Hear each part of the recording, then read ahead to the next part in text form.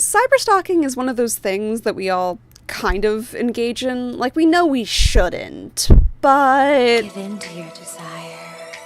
Research me obsessively. This behavior makes a lot of sense. We're social creatures, and no one can resist a good story. And, of course... It's not stalking because the information is all technically public. That's true. That's true. Very true. Osmotic Studios' Orwell takes cyberstalking and makes it a game mechanic. You play as an agent tasked with collecting information about a recent terrorist attack. By looking through Facebook pages, blog posts, and texting logs, you find data chunks highlighted in blue, or yellow if they conflict with other data points. The data chunks are then logged into profiles. I just want to take a moment to talk about how detailed this game is. Like, there's not one but 2 articles about a 50 Shades of Grey-esque film, and look at these overly detailed yet hyper-realistic internet comments. This game feels very real, despite the fact that you work for a nation called The Nation, and everyone has these weird geometric faces that look really bad on children. The characters feel 3-dimensional, and there's just the right amount of information on their Facebook timelines and dating profiles. The game just draws you in. Afterwards, I found myself trying to pull data chunks from what I was reading online. The game is so enthralling that I didn't realize I'd killed someone. So, in episode 3, Unperson, we get to know Nina Matarova, a single mother and army veteran. If the police get to her at the end of the episode, she gets killed. It wasn't until weeks later, when researching for this video, that I came across a video with this title.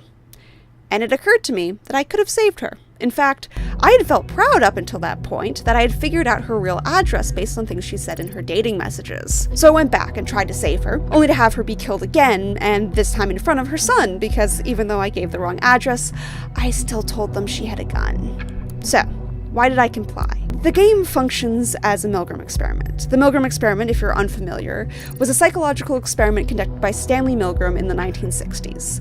In the wake of the Holocaust, Milgram was interested in people's complicity in atrocities, so he designed an experiment in which participants are told they're taking part in an important scientific venture, and that they must administer shocks to the other participant for wrong answers. The trick was the other participant was an actor, and it was really just a test as to whether the participant would continue to administer electric shocks. They did. They all did. Originally, the experiment was meant to have 2 phases, one in the US and one in Germany, but Americans were so obedient that it became clear that the nation of origin wasn't a major factor. This study is often interpreted as people will follow orders from an authority, but as psychology professor Alex Haslam points out, this is clearly not the case, as the final command, the one that was in order, was least successful.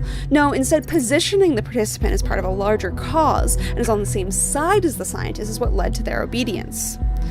Orwell is very successful at this. Symes is an odd and at times clueless partner, but ultimately charming, and he has a pregnant wife at home to provide for. It's only in chapter 5, and he's been replaced with the cold and more obviously evil Catherine Delacroix, that the player is encouraged to turn on the government, both by the characters and by the game mechanics itself. Like, the major game mechanic is that if you give them more information, you gain new documents, a mechanic that's infectious, because, as I said before, we're social creatures, and we can't resist a good story. Delacroix actively encourages you not to give more information nor access new documents. This actively positions herself as at odds with you. When you're playing with Symes, he's established as your partner, and the people you're looking at are just subjects you unlock more information on. In the back of your head, yes, it's obvious that you're working for a fascist regime. I mean, look at the party page and the safety bill. But these people are in fact involved with the bombing, and it's a lot harder to purposefully find the wrong information and withhold the right information. Orwell is a dystopic game where the dystopia affects you and makes you behave in distasteful ways. Buy it now on Steam, only $10.